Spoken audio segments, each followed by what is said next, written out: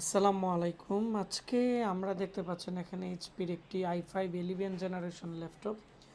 তো এই ল্যাপটপটি হঠাৎ করে মানে একটা প্রবলেম হইছে। তারপরে কিন্তু আমাদের কাছে নিয়ে আসছে। এটি হচ্ছে নো পাওয়ার। পরবর্তীতে আমরা সম্পূর্ণ ভোল্টেজ সব কিছুই দেখতেছি ঠিক আছে, কিন্তু এটি ট্রিগারিং নিচ্ছে না। পরবর্তীতে আমরা এর যে ইসি বায়োস এবং মিন বায়োস আছে, দুইটা বায়োসই কিন্তু আমরা ক্লিন করে দিলাম। মানে বায়োস রিজিয়ন এবং মি রিজিয়ন করার পরে ইন পয়েন্ট সিকিউরিটি আসে, এটাও আমরা রিমুভ করেছি। এখন ল্যাপটপটা কিন্তু সম্পূর্ণ রানিং অবস্থায় আছে। আসলে G3 G5 এবং G6 G7 G8 এই ধরনের ল্যাপটপগুলো ম্যাক্সিমামই বায়োজের কারণে, মানে ইসি বায়োজ যদি প্রবলেম থাকে ম্যাক্সিমামই পাওয়ার আসে না।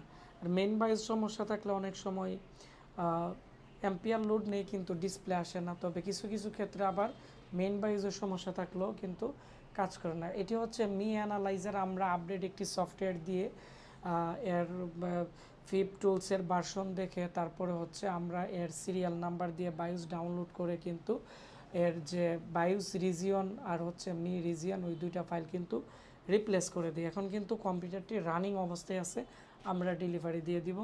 তো আরও অনেকগুলো কাজ করা হয়েছে, যেমন এখানে একটি ল্যাপটপ আমি রিপেয়ার করেছি। আরও কয়েকটা ল্যাপটপ বিভিন্ন জেলা থেকে আসছে, এগুলো আমরা রিপেয়ার করে ফেলবো।